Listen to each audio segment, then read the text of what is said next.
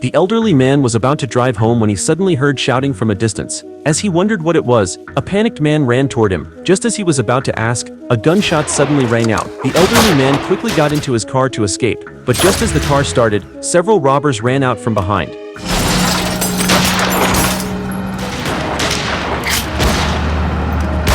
Seeing that they were getting farther away from the robbers, the elderly man asked the man for an explanation, but the man kept his eyes on the car behind and ignored him. Not long after, the elderly man suddenly stopped. It turned out there was a small river ahead, and the car couldn't pass through. The elderly man suggested finding another way, but the man completely disagreed, forcing the elderly man to drive into the water. Unexpectedly, the car got stuck in the mud after entering the water. The man tried to push the car across the river, but found it impossible. Seeing the robbers getting closer, he grabbed a hunting rifle and prepared to abandon the car and escape. But the elderly man refused to leave the car. Seeing this, the man immediately smashed the car in frustration. Then he dragged the elderly man along to flee. However, just as they had walked a short distance, the man heard a strange sound. Turning around, he saw the robber's car. The two quickly lay down on the ground, not daring to make a sound. The man turned and saw a small pit not far away. He then led the elderly man toward the pit, but after just a few steps, they realized the robbers were driving toward them. The man quickly leaped into the pit, but the elderly man accidentally fell to the ground. Luckily, he used all his strength to run into the pit. As they watched the robbers drive further away,